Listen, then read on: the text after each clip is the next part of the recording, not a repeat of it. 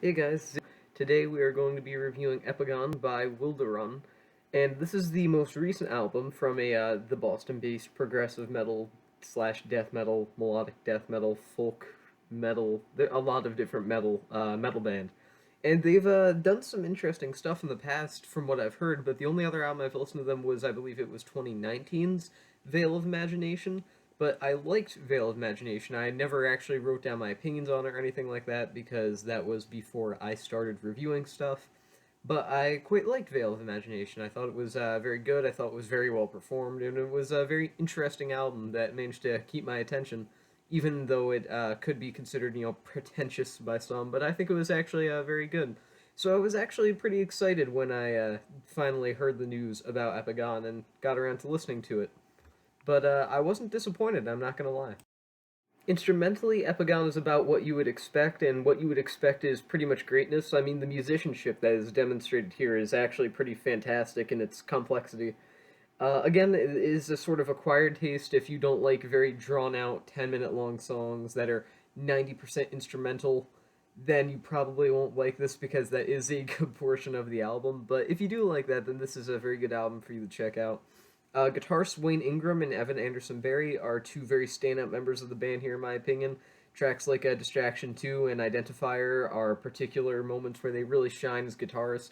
Bassist Daniel Moeller and drummer Jonathan Tichy also do some really good work acting as a sort of backbone for the band, but really kind of holding their own and standing out among the guitars, which is nice to see considering, well, I can't even say for the state of metal today, just generally metal is a genre with not a great history of drummers and bassists that sort of get lost in the mists of double twin guitar attacks and epic soaring vocalists or guttural vocalists. So they're a really fantastic band that really work together extremely well. Like I said before, this is a very lengthy album. Wilderun had just generally a very lengthy band considering their progressive metal status. And this is kind of its biggest flaw at times.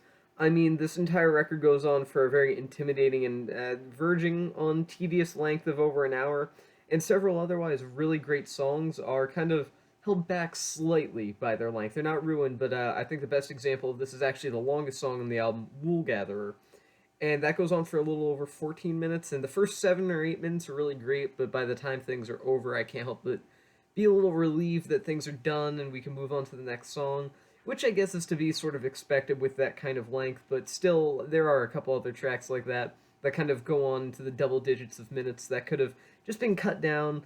I really do appreciate progressive metal as a genre, and I really do like progressive metal, but one of my biggest issues with the genre is that there's just so many times where I'm listening to a song and can't help but feel that, man, this could have been trimmed down to a much more reasonable length that wouldn't have made it so drawn out and kind of losing my attention after a while. And this is no exception, but even still, it doesn't cause the album to be bad or anything. It just holds it back from being amazing and holding it back to great, basically.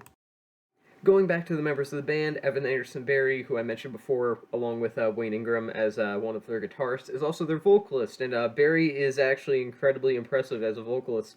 He might actually be one of my personal favorite vocalists of modern metal, in all honesty.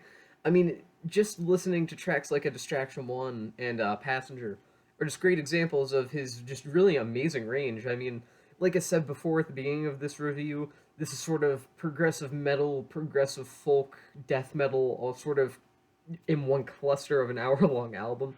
But it's actually done really well, and a big part of that is because of Evan Anderson Berry's vocals. And I mean, his ability for those more folk based moments to be very soft and pleasant to listen to. Just these downright guttural sounds that sound like they're out of the best Cannibal Corpse album is just really, really impressive to me, honestly.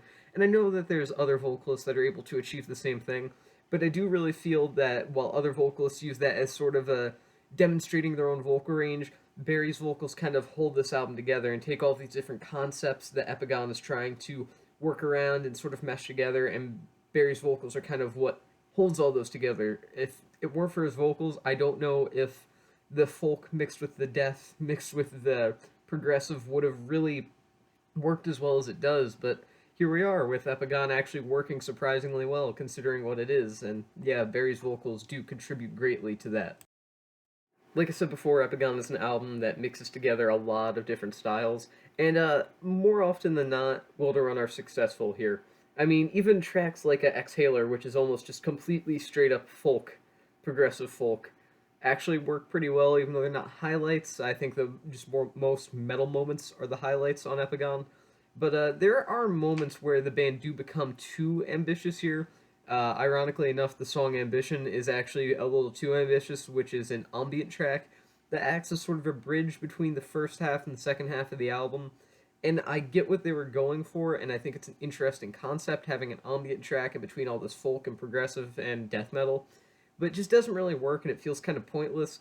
I feel like if it were longer, because it's only a couple minutes long, and if it changed up more and didn't just feel kind of like the most standard type of ambient music that you could possibly imagine, it could have been an interesting concept that could have really been a pleasant bridge between two very similar but completely not ambient parts of an album. But it just kind of falls flat. But nonetheless, for the most part, even with moments like that, this album takes a lot of different concepts and does them very well. So most of the time, things actually go well for Wilderun here, even if there are a couple moments of overambitiousness. So overall, Wilderun's latest record might seem a little bit intimidating at first glance, what with its runtime and the length of some of the songs. And it is a lengthy album. You would be right to be intimidated by this, but nonetheless, I do think that it's actually a really strong album. I mean, of course, there's the instrumental noodling that you kind of get with any progressive metal. Even the best of the best, like Tool, are kind of have fallen victim to that over the years.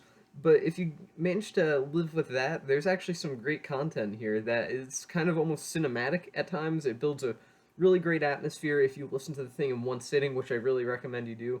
Even with it being over an hour long, I do feel like this is one of those albums that you have to hear just in one go. I don't think you can take one single track out of this and be able to appreciate it as much as you could the entire album.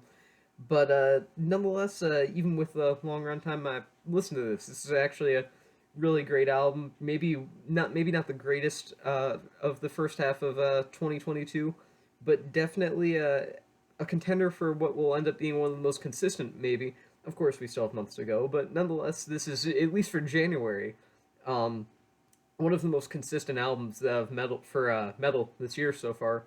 So overall, I'll give this four stars out of five. This is a great album that I would really recommend, actually. And with that, that's the end of this review. Thank you guys for watching, and I'll see you in the next review.